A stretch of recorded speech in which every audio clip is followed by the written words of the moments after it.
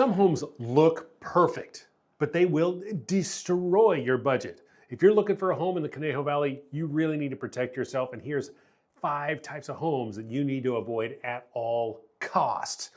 And in the end, I'm going to tell you practical ways to avoid that. All these things I'm going to go through right now. So I'm Saul Carter. I'm a Conejo Valley realtor, and I'm all about business sense, common sense, and being that uncommon realtor. So let's get into it. All right. So, as we talk about it, just think about this. No matter how you slice it, moving into the Conejo Valley, if you're getting a mortgage, you are making a pretty big mortgage payment. The median home in Thousand Oaks is about $1 million, and that's a $5,000 plus mortgage payment every single month. So, something you want to protect yourself on. All right. And the market has changed, right? We have seen that. It used to be a crazy frenzy 2 years ago. 2 years ago, it was more of a freeze, but prior to that, it was crazy coming out of COVID. But we are in a different softening market now. So what does that look like now? Well, interest rates have gone down. Buyers are kind of feeling like they can get into the market. Sellers, some of them are still stuck in the past and thinking they can get max dollar for their house. They cannot anymore. Those lengths of times that homes are sitting on the market, if not priced right, are extending.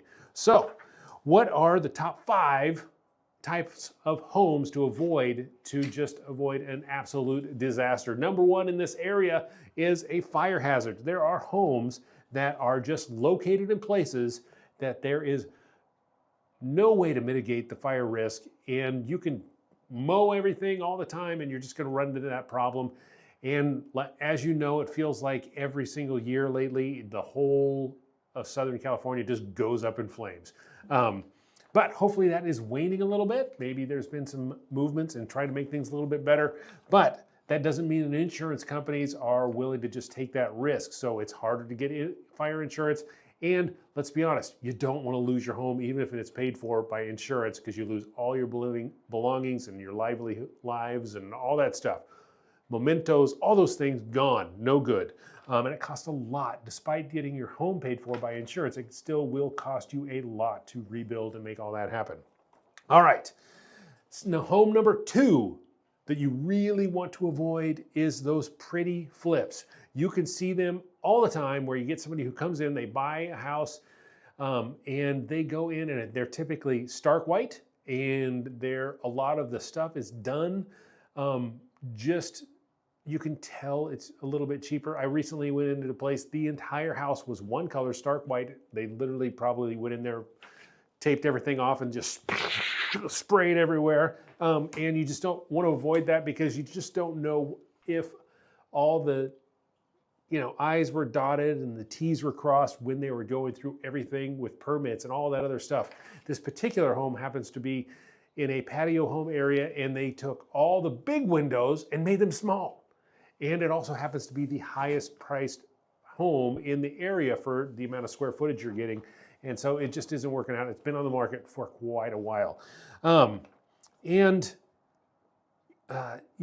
guess the biggest thing is you don't know what you're getting into. Now, there are ways to mitigate this. We're going to go on that, talk about that at the very end here.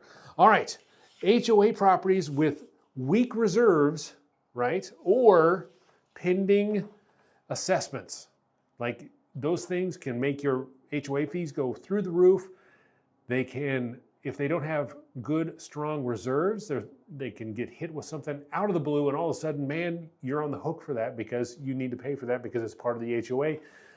And also, maybe there's some weird litigation out there with the HOA and or the HOA management company, which can really affect things and make people nervous, and it can cost you real dollars. So you want to avoid that. Those are things that you can get.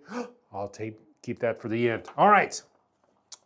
Number 4 is properties with chronic water damage and or drainage issues. So if you are in an area, ask the neighbors when you're buying. But like the particular home that I'm in, we had to, after we moved in, it rained, and there was a lake in my backyard. And if I would have done a little bit of due diligence ahead of time, I could have asked both neighbors who have had that the entire drainage from the backyard to the front yard, trenched and done, and it cost them an arm and a leg. For some reason, I got out a little bit cheaper than they did, but it still was a problem that I was not expecting. There's also times when you get a house that sits on a hill or other things where wind blows water different ways and can cause some other damage. So keep that in mind. Those are things that you can talk to an inspector about. Oh, I keep on giving away some of the stuff. Anyway, and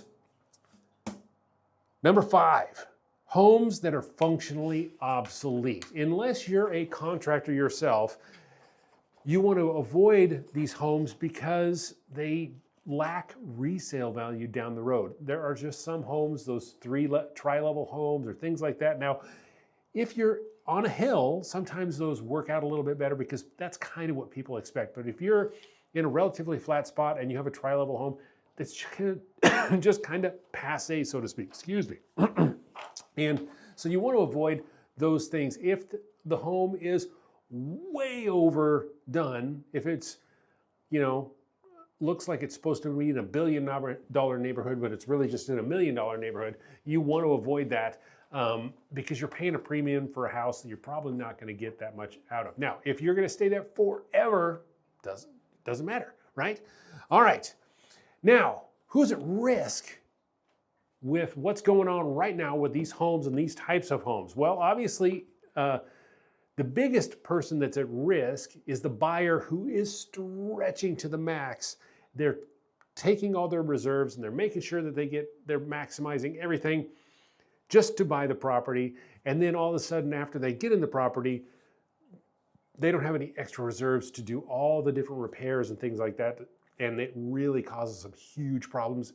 I've seen it up and ending in having to resell because they were about to get foreclosed on because so many things came up and they just could not keep up with the repairs because they didn't do all those inspections up front, right, to avoid that.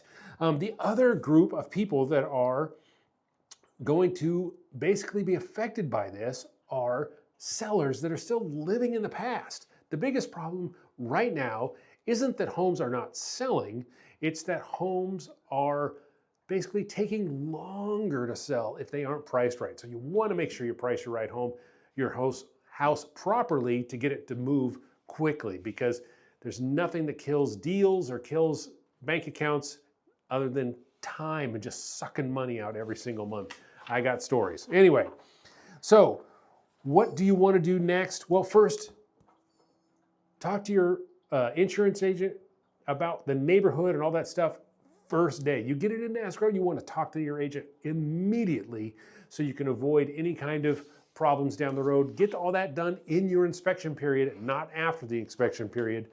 Think about negotiating the price of the property in 2 stages. Now, obviously, you're going to put your best foot forward and get yourself an escrow and everything, but there is another negotiation point, and that is after you get all your inspections done, you're sitting down. It's not necessarily a laundry list of all the things you have to get fixed in the property, but there are some things that may be too big of red flags that you will just go ahead and cancel the escrow, or there may be stuff that is dangerous, electrical, things like that, that you want to make sure that the seller takes care of. It doesn't mean you can't, but this is a negotiation point that you can get yourself a better deal, right? And make sure you do those things in a timely manner. Also, you want to make sure that you're looking for a property that has really good bones, but maybe bad presentation, right? Because presentation can be fixed. A lot of cosmetic problems can be fixed very quickly, relatively inexpensive to some of those bigger things that might be in a really beautiful home, but it's got this huge problem. One of the things that I've seen on land is people have old tanks, whether it's old fuel tanks or all kinds of things, and there's literal environmental damage to the property, and it goes through escrow, and then all of a sudden the county or the city finds out, and I've literally seen one person literally told that they could not live in the property anymore because it was too dangerous. There had been people living in that property for 70 years prior, but if it's contaminated and the city decides you can't live there, or or the county decides you can't live there, you can't live there. So get those inspections done. Make sure that you know everything about the property. And to take advantage of it, you want to also look for those properties that are, that's higher end days on the market. Right now, you're looking at anything for 90 days or older. If you're getting into that 120 days, that's a real opportunity, because sellers start to get a little bit desperate. They're either going to pull their property off the market, or they're going to negotiate pretty hard to get themselves sold. Anyway, all right, sellers, price your property appropriately day one. You're not going to lose money by, literally, you could probably undercut your value a little bit and actually make more money, because you'll get more attraction to be like, oh, look at this house, this is such a great deal. And then you get 7 buyers that all negotiate against each other, not knowing that, and so you take advantage of that, right? It's a hard thing to do, but it's totally worth it. And it's way better to get too much traffic in the beginning through your house than no traffic. You learn all kinds of things. You learn what buyers think of the house and where the non-selling points are. You get traffic, there's interest. All those things are wonderful things to make sure that you sell your house in a relatively timely manner. If nobody ever walks through your door, nobody ever is going to make an offer. And I've always told people the most offensive thing that somebody who comes through your house can do is not make you an offer, right? Who cares about all the other things? If you have 400 people come through and not make you an offer, not 1 out of 400 people, that's pretty offensive. I'd rather get lowball offers. At least at that point, you have somebody to talk to, right? Doesn't mean you have to sell. But, and fix the top 3 objections that people really are looking to avoid as a buyer. That's condition, disclosures, and curb appeal. Curb appeal is the cheapest thing that you can do to get people to really get good vibes when they drive up to your house. Disclosures, make sure you're just honest about everything that's wrong with your property right up front. You'd be surprised. I've had people write some crazy things in there, and the buyers just skip right over it, but it's been disclosed if you write it down right away. If they find it later, they feel like there's other bigger things, even if it's a small thing, that they're hiding.